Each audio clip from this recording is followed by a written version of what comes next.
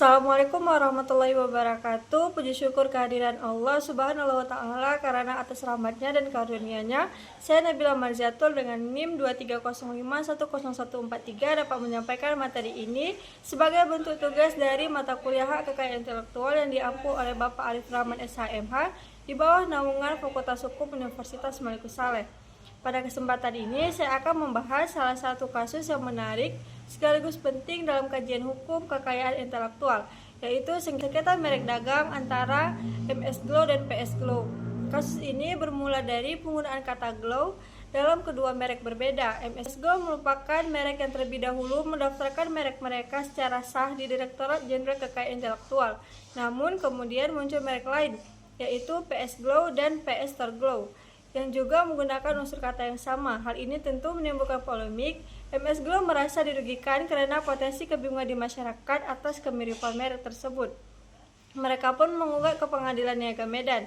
Uniknya, PS Glow juga tidak tinggal diam dan justru menggugat balik MS Glow di Pengadilan Niaga Surabaya. Lalu bagaimana dengan hasilnya? Di Medan, pengadilan menyatakan MS Glow adalah pemilik sah dari merek tersebut dan pendaftaran PS Glow dinyatakan dilakukan dengan itikat tidak baik. Namun di Surabaya hasilnya justru sebaliknya. PS Glow menang dan MS Glow bahkan dihukum untuk membayar ganti rugi hingga 37 miliar. Situasi ini menjadi semakin rumit hingga akhirnya sampai ke tingkat Mahkamah Agung.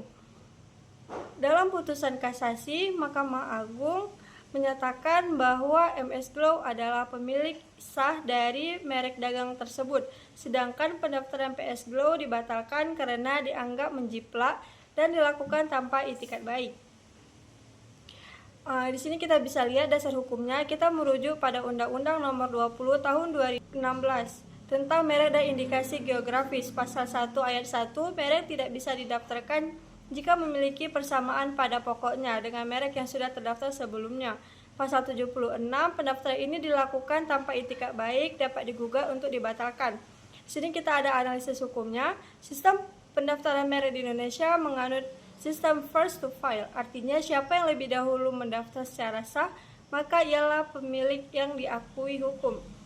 MS Glow unggul karena mereka mendaftar terlebih dahulu dan tidak ada bukti bahwa mereka menjiplak siapapun. Merek dagang bukan hanya sekedar nama, tetapi menyangkut reputasi, nilai bisnis, dan perlindungan konsumen dari kebingungan.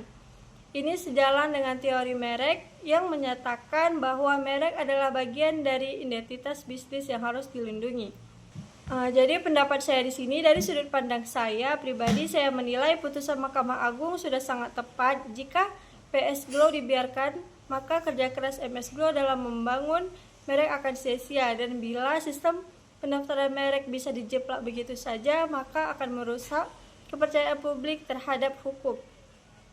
Ini seperti yang disampaikan oleh Profesor Ahmad Ramli bahwa perlindungan merek adalah soal kepercayaan masyarakat dan stabilitas pasar, bukan sekadar legalitas administratif. Kasus ini memberikan pelajaran penting bagi pelaku usaha. Jangan pernah meremehkan pentingnya legalitas merek. Pastikan merek yang ingin digunakan telah dicek terlebih dahulu di Direktorat Jenderal Kekayaan Intelektual dan didaftarkan secara sah untuk menghindari konflik hukum di kemudian hari.